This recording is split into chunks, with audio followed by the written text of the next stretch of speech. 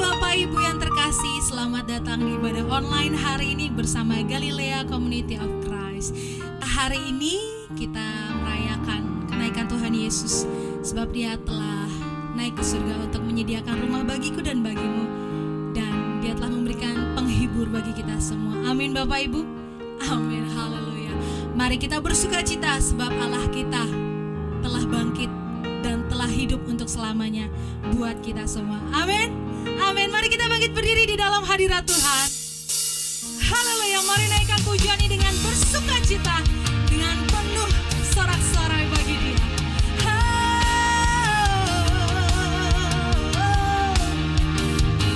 Mari katakan sama-sama. Mari kita semua umat pilihan Allah, dengarlah panggilannya untuk menggenapi firman-Nya.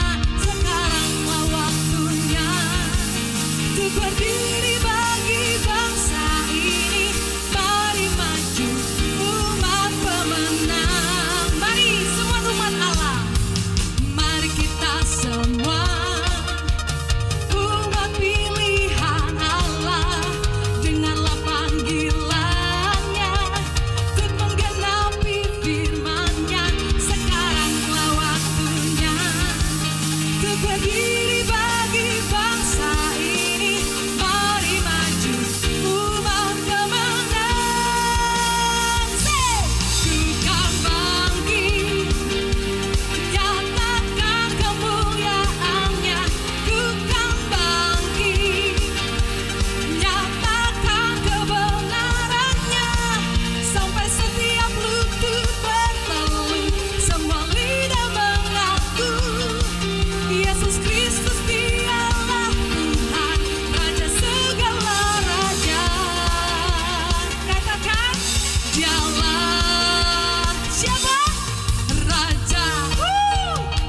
Mari bertepuk tangan di dalam hadirat Tuhan. Mari kita semua umat pilihan Allah, dengarlah panggilannya untuk menggenapi firman-Nya. Sekaranglah waktunya untuk berdiri bagi bangsa ini.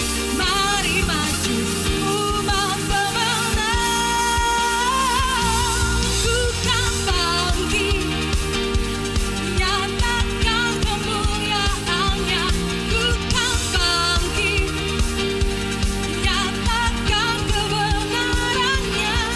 Sampai setiap lutut bertelut, semua lidah mengaku Yesus Kristus Dialah Tuhan, Raja segala raja.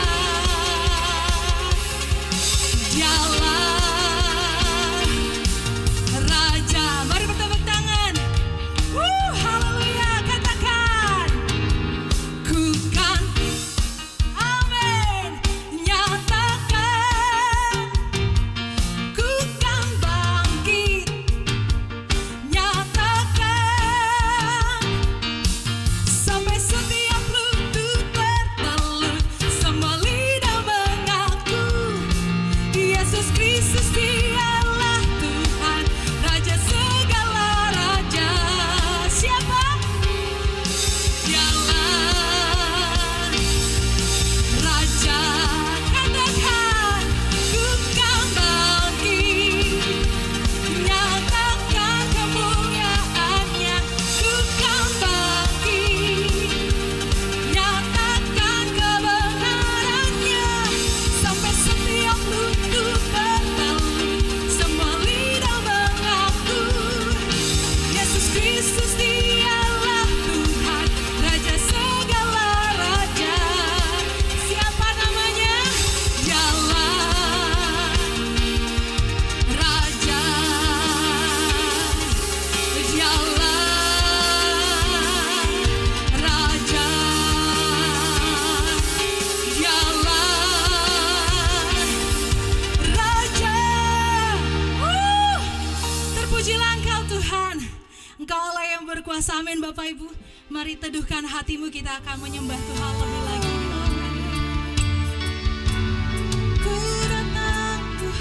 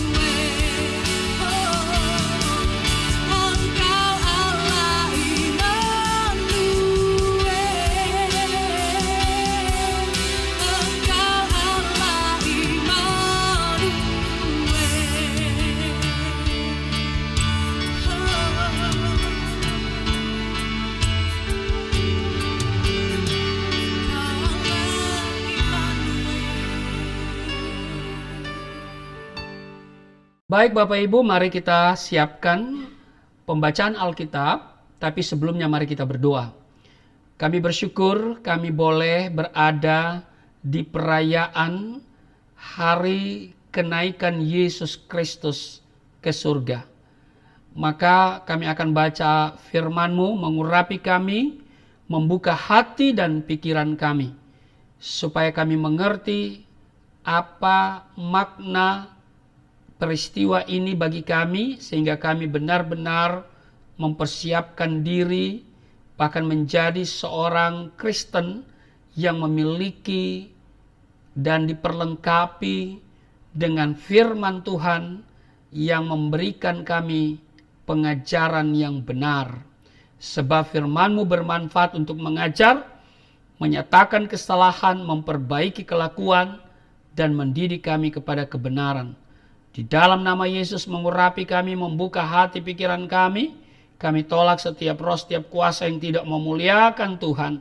Di dalam nama Tuhan Yesus, baik hamba yang ada di tempat ini maupun jemaat yang sedang mengikuti ibadah ini di rumah mereka masing-masing.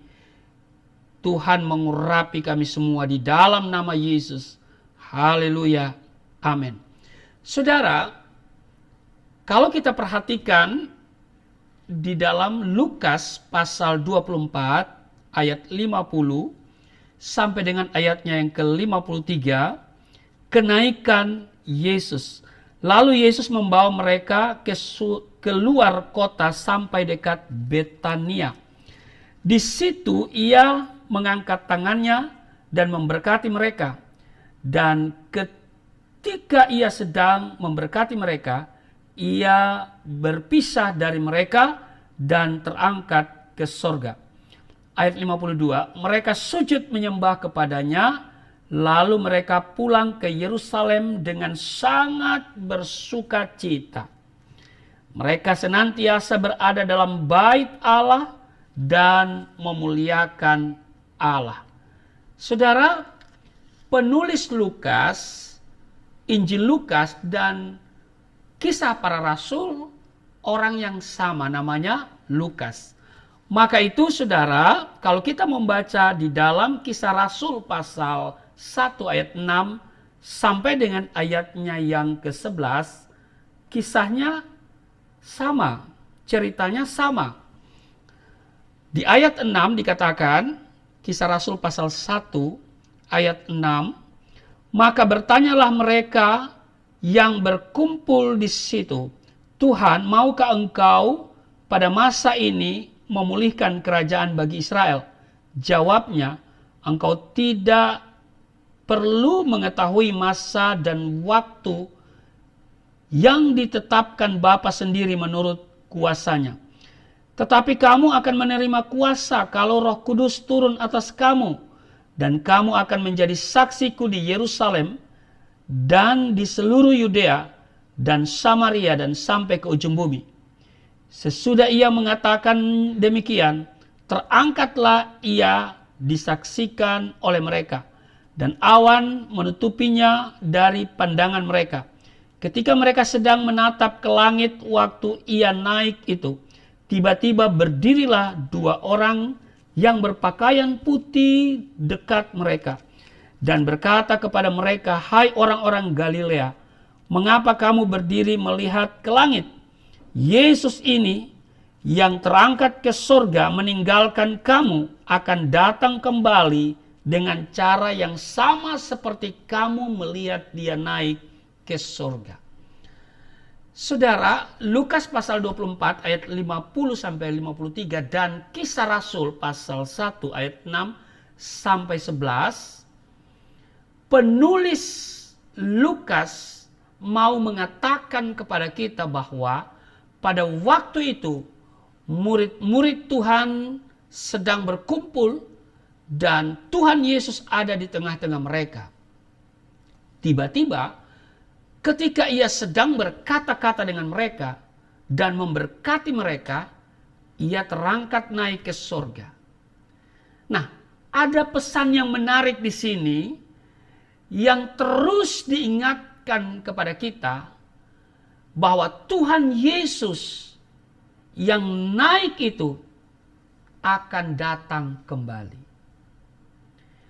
Bapak, Ibu, Saudara yang dikasihi Tuhan, Tuhan Yesus sudah naik ke surga.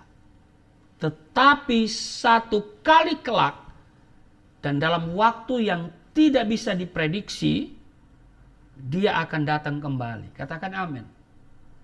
Saudara percaya dia akan datang kembali? Tuhan sudah peringatkan kepada kita, setiap orang percaya.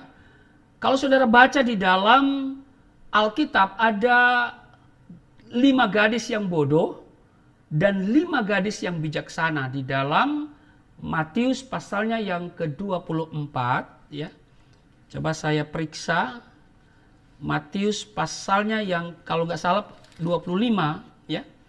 Matius pasalnya yang ke-25 pada ayat saya akan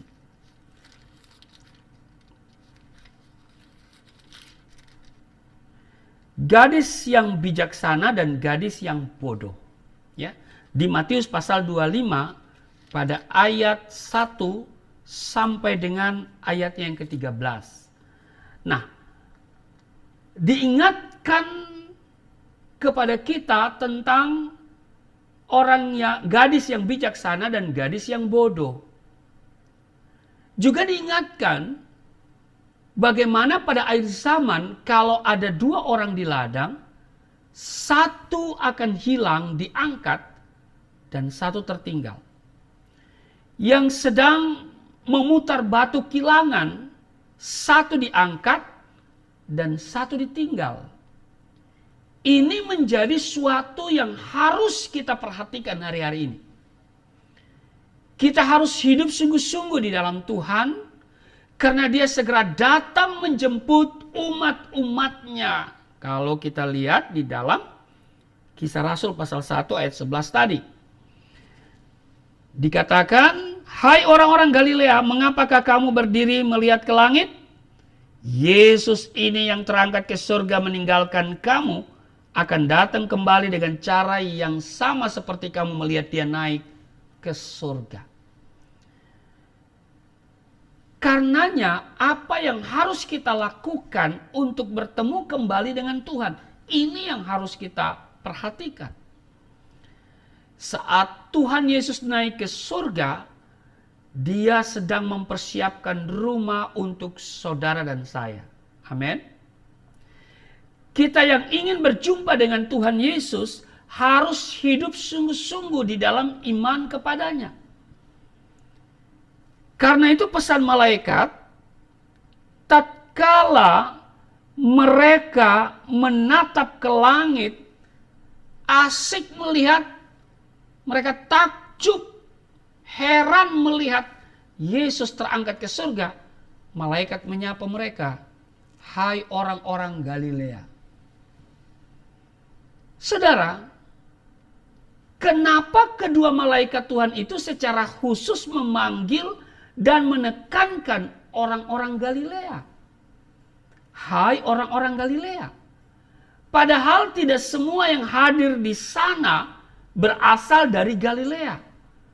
Kenapa harus dikatakan dengan nama Galilea?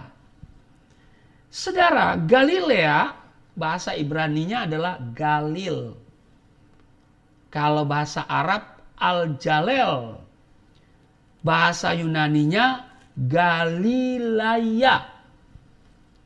Artinya cincin atau bulatan. Cincin atau bulatan. Kemudian menjadi daerah. Nama daerah bagian Palestina Utara. Tempat masa kanak-kanak Yesus Kristus dan permulaan pekerjaannya. Galilea juga memiliki arti roda yang berputar, yang tidak pernah berhenti. Malaikat Tuhan ingatkan saudara dan saya bahwa Yesus yang terangkat itu akan datang kembali. Tetapi yang menarik di sana, malaikat itu menyapa mereka dengan hai orang-orang Galilea. Sudah, ini perlu kita menarik untuk kita simak. Orang-orang Galilea adalah orang-orang yang akan bertemu dengan Tuhan Yesus Kristus. Nama yayasan yang saya dirikan tahun 2016, Yayasan Pelayanan Galilea Indonesia. Dan saya juga membangun persekutuan doa namanya Galilea Community of Christ atau Galilea Ministry. Saudara, saya terinspirasi dari Markus 14 ayat 28. Akan tetapi sesudah aku bangkit, kata Tuhan Yesus, aku akan mendahului kamu ke Galilea. Saudara, orang-orang Galilea adalah orang-orang yang akan bertemu dengan Tuhan Yesus Kristus. Sebab Yesus bilang, aku akan mendahului kamu ke Galilea. Berarti orang-orang yang ada di Galilea adalah orang-orang yang akan berjumpa dengan Tuhan Yesus setelah dia bangkit. Jadi kalau mau ketemu dengan Tuhan Yesus sesudah kebangkitannya, murid-murid harus segera menunggunya di Galilea. Bahkan Tuhan Yesus mengatakan, aku akan mendahului kamu. Kalau saya murid-murid waktu itu setelah Yesus ditangkap, ya, kemudian diadili dan dieksekusi, pas Yesus ditangkap, saya tidak perlu bertahan di Yerusalem. Saya harus segera ke Galilea. Karena Yesus katakan, aku akan mendahului kamu ke Galilea. Ini menarik, saudara. Orang-orang Galilea adalah orang-orang yang akan bertemu dengan Tuhan Yesus Kristus. Kenapa? Karena sama seperti yang saya katakan tadi, bahwa nama Galilea adalah cincin atau roda yang tidak pernah berhenti. Apa maksudnya secara rohani? Orang-orang Galilea adalah orang-orang yang tidak pernah berhenti mencari Tuhan. Tidak pernah berhenti berdoa. Tidak pernah berhenti berpengharapan kepadanya. Karena di dalam Tuhan, pengharapan tidak pernah mengecewakan. Waktu Tuhan Yesus menampakkan diri kepada dua orang murid yang sedang berjalan ke Emmaus, yaitu Kleopas dan Lukas, mereka meninggalkan Yerusalem menuju ke Emmaus. Perjalanan dari Yerusalem ke Emmaus itu adalah perjalanan yang menurun. Karena Yerusalem ada di ketinggian 800 meter dari permukaan atau di atas permukaan laut. Sementara Emmaus itu lebih rendah. Jadi waktu mereka sedang berjalan dari Yerusalem menuju Emmaus, mereka sedang berjalan menurun. Saudara, ketika mereka sedang berjalan menurun dari Yerusalem ke Emmaus, tiba-tiba Tuhan Yesus ada di tengah-tengah mereka. Mereka tidak menyadari siapa sesungguhnya dia. Mereka bercakap-cakap dan heran bahwa Yesus tidak tahu apa yang terjadi. Saudara bisa baca dalam Lukas 24 ayat 13 sampai dengan ayat yang ke-35. Saudara, orang yang berhenti mencari Tuhan, berhenti di dalam pengharapan, akan mengalami yang namanya keputusasaan. Emmaus ini berbicara tentang keputusasaan. Kedua murid berjalan menurun. Jadi waktu saudara ada dalam keputusasaan, lalu berhenti berpengharapan, berhenti berdoa, berhenti membaca firman Tuhan, berhenti melakukan kebenaran firman Tuhan, maka sesungguhnya saudara sedang berjalan menurun. Maksudnya, kerohanian saudara sedang berjalan menurun. Tapi kita, umat-umat Tuhan, tidak mau berjalan menurun. Semakin hari bertambah naik di dalam Tuhan. Amin. Untuk itu jangan pernah berhenti mencari Tuhan. Jangan pernah berhenti membaca Alkitab. Jangan pernah berhenti berdoa. Terus berjalan naik. Rohanimu naik. Tuhan pasti menolong saudara dan saya. Selain Galilea berbicara mengenai orang yang tidak pernah berhenti mencari Tuhan, Galilea juga berbicara mengenai orang-orang yang sederhana. Dan ternyata saudara, 70% mujizat Tuhan terjadi di daerah Galilea. Di Galilea itu Tuhan begitu nyaman melakukan mujizat. Mengapa? Galilea berbicara mengenai orang yang rendah hati. Sederhana.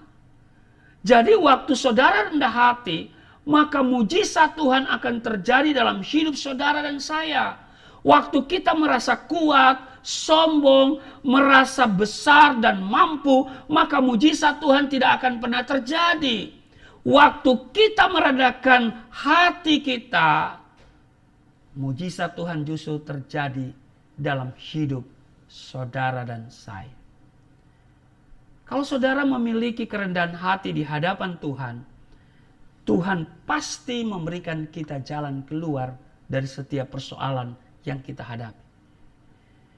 Saudara, Galilea berbicara bahwa kita harus terus-menerus cari Tuhan dan mengenai orang-orang yang rendah hati. Sebelum Tuhan Yesus naik ke surga, dia sudah mengingatkan bahwa dia akan naik ke surga. Tapi dia tidak akan membiarkan murid-muridnya sendirian. Tuhan akan memberikan satu pribadi penolong yang lain, yaitu Roh Kudus. Dan Roh Kudus ini omnipresent, artinya dia maha hadir. Sehingga dimanapun saudara berada, Tuhan sanggup menolong saudara. Saudara tidak usah bingung dan saudara bisa berdoa kepada Roh Kudus. Kenaikan Tuhan Yesus menjadi satu peristiwa penting dan menjadi titik balik di mana murid-muridnya yang tadinya selama 3,5 tahun bisa merasakan kehadiran Tuhan Yesus secara fisik, tapi sejak ditinggalkan mereka bingung. Seperti anak ayam kehilangan induknya. Ada yang mau kembali ke masa lalu. Ada yang putus asa. Bermacam-macam saudara. Bahkan 2 orang tadi sudah berjalan menuju ke Emmaus. Mereka sudah meninggalkan Yerusalem. Dan mereka berjalan menurun ke Emmaus. Berjalan dalam keputusasaan. Kenaikan Tuhan Yesus ke surga memberikan kepastian bahwa dia akan mencurahkan Roh Kudus. Hal ini menjadi satu titik tolak bagi murid-muridnya dan bagi kita semua. Bahwa Tuhan tetap bersama-sama dengan kita. Setiap kali kita memperingati atau merayakan hari kenaikan Yesus ke surga, maka hal ini yang penting bagi kita adalah persiapkan diri kita untuk menyambut kedatangan Yesus Kristus kedua kalinya untuk menjemput saudara dan saya. Sebab itu jangan pernah berhenti untuk berdoa, baca firman Tuhan, beribadah. Jangan pernah berhenti untuk berpengharapan kepadanya. Sebab dia pasti kembali seperti yang disampaikan oleh malaikat itu. Waktu dia datang kembali, dia akan menjemput saudara dan saya. Tuhan Yesus memberkati. Amin. Haleluya, kita akan masuk ke dalam perjamuan kudus. Mari siapkan hatimu, siapkan jiwamu. Kita akan menerima yang terbaik dari Tuhan. Sebelum itu mari kita naikkan satu pujian. Karena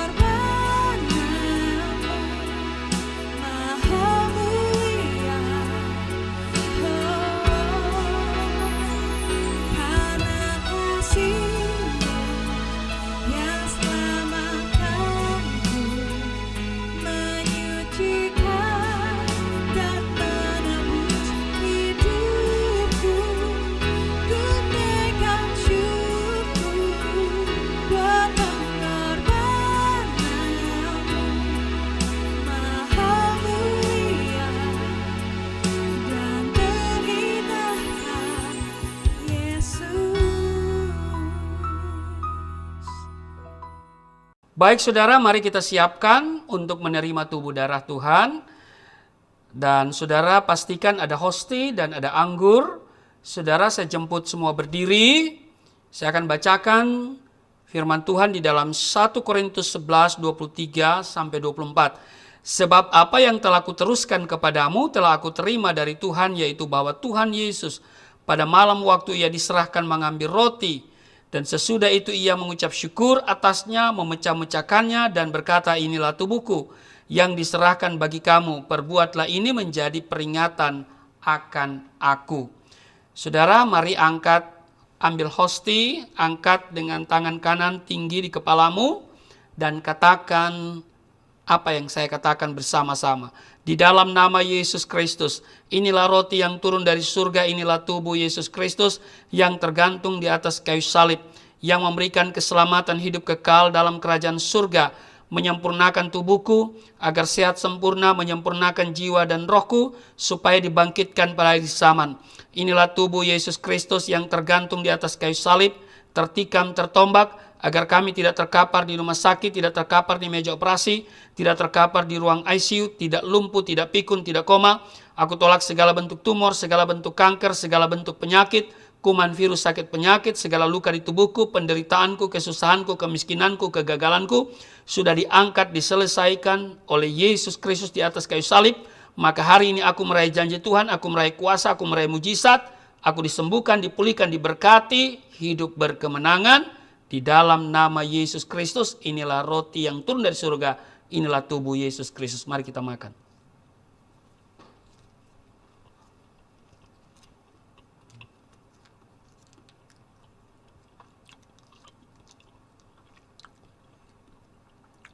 Demikian juga, Yesus mengambil cawan, sudah makan, lalu berkata, cawan ini adalah perjanjian baru yang dimateraikan oleh darahku. Dan dengan tegas Tuhan Yesus berkata, inilah darahku, perbuatlah ini setiap kali kamu meminumnya, menjadi peringatan akan aku. Mari kita angkat darah Yesus, katakan bersama-sama. Di dalam nama Yesus Kristus, inilah darah Yesus Kristus yang tertumpah di atas kayu salib, sebagai perjanjian yang baru dan yang kekal, memberikan pengampunan atas dosa-dosaku, menyucikan, menguduskan kami agar kami semua termaterai menjadi warga kerajaan surga. Di dalam nama Yesus Kristus, oleh kuasa darahnya, oleh bilur-bilurnya, kami semua diselamatkan. Mulai hari ini kami semua tidak sakit-sakitan, tidak migrain, tidak sakit kepala, tidak vertigo, tidak pendarahan. Aku tolak stroke, aku tolak sakit kista, segala bentuk tumor, segala bentuk kanker. Aku tolak sakit jantung, jantungku sehat, tidak dioperasi, tidak ada penyempitan. Aku tolak sakit paru-paru, paru-paruku sehat, tidak ada flek, tidak TBC, tidak sakit asma. Aku tolak sakit liver, tidak hepatitis. Aku tolak sakit ginjal, ginjalku sempurna, tidak cuci darah, tidak gagal ginjal. Aku tolak diabetes, pankreasku sempurna. Aku tolak darah tinggi, aku tolak darah rendah, tidak ada alergi dalam tubuhku, tidak kolesterol. Sel-sel darah merah, darah putih berfungsi dengan sempurna. Darah Yesus Kristus membalut, menyembuhkan segala penyakitku. Darah Kristus yang mulia memvaksinasi tubuhku, sehingga tidak satu pun kuman, bakteri, virus, jamur menyerang tubuhku. Di dalam nama Yesus Kristus, inilah darah Yesus Kristus. Mari kita minum darah Yesus. Seperti yang Tuhan Yesus katakan di dalam Yohanes pasalnya yang ke-6 ayat 56, barang siapa makan dagingku, minum darahku, ia tinggal di dalam aku di dalam dia. Saudara bersyukur untuk tubuh darah Tuhan yang sudah menyatu dengan tubuh darah kita. Saya percaya bahwa Tuhan bertanggung jawab atas seluruh kehidupan kita. Terima kasih Tuhan untuk tubuh darah-Mu. Kami percaya kami di dalam Tuhan, Tuhan tinggal di dalam kami, Tuhan bertanggung jawab atas kehidupan kami. Amat terlebih kami sedang berada di tengah-tengah situasi yang menakutkan, di mana virus corona sedang menyerang dunia dan Indonesia. Biarlah kami terhindar dari semuanya itu. Di dalam nama Yesus, kami yang sakit disembuhkan, kami yang letih lesu berbeban berat diberikan kelegaan. Di dalam nama Yesus, Engkau yang bertanggung jawab atas seluruh kehidupan kami. Sekalipun kami berjalan dalam lembah kekelaman, kami tidak takut bahaya sebab Engkau menyertai kami. Engkau menyediakan segala kebutuhan kami. Di dalam nama Yesus, hamba berdoa untuk setiap mereka yang ada di rumah saat ini yang sedang mengikuti ibadah ini. Tuhan menjumpai mereka, Tuhan menjamah mereka, dan Tuhan memberkati setiap mereka. Kau juga yang mengajarkan punya minyak, punya anggur, janganlah dirusakkan. Maka minyak ini, minyak zaitun diubahkan menjadi minyak urapan yang kudus, berkuasa mentahirkan, menguduskan. Melalui minyak ini, kuasa Tuhan dinyatakan, nama Tuhan ditinggikan. Yang sakit diolesi dengan minyak ini menjadi sembuh. Maka minyak ini penuh kuasa, penuh kemuliaan, menyembuhkan orang sakit, mengusir setan, iblis, dan perbuatannya. Di dalam nama Tuhan Yesus inilah minyak urapan yang kudus, penuh kuasa, penuh kemuliaan dalam nama Tuhan Yesus. Angkat tanganmu di hadapan Tuhan. Terima kasih Tuhan, tangan yang kami angkat, artinya kami serahkan seluruh hidup kami. Masalah, tantangan, kesulitan, pergumulan, juga apa yang kami butuhkan, kami serahkan kepadamu.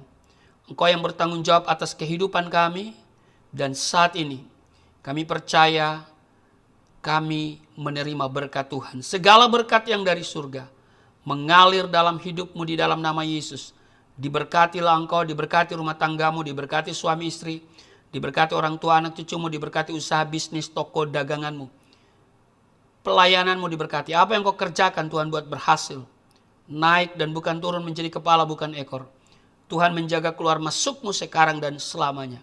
Di dalam nama Yesus Kristus, aku berseru turunlah berkat, kasih setia, penyertaan, perlindungan yang sempurna, damai, sukacita, kemuliaan, kemenangan dari Bapa Surgawi, dari Yesus Kristus dalam persekutuan dengan Roh Kudus, tercurah mengalir dalam hidupmu, mulai saat ini sampai selama-lamanya. Setiap kita yang percaya diberkati berkata, amin.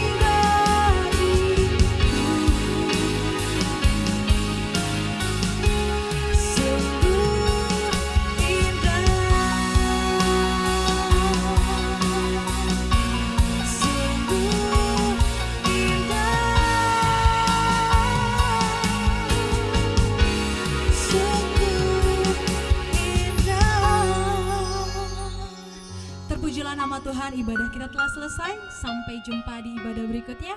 Tuhan Yesus memberkati.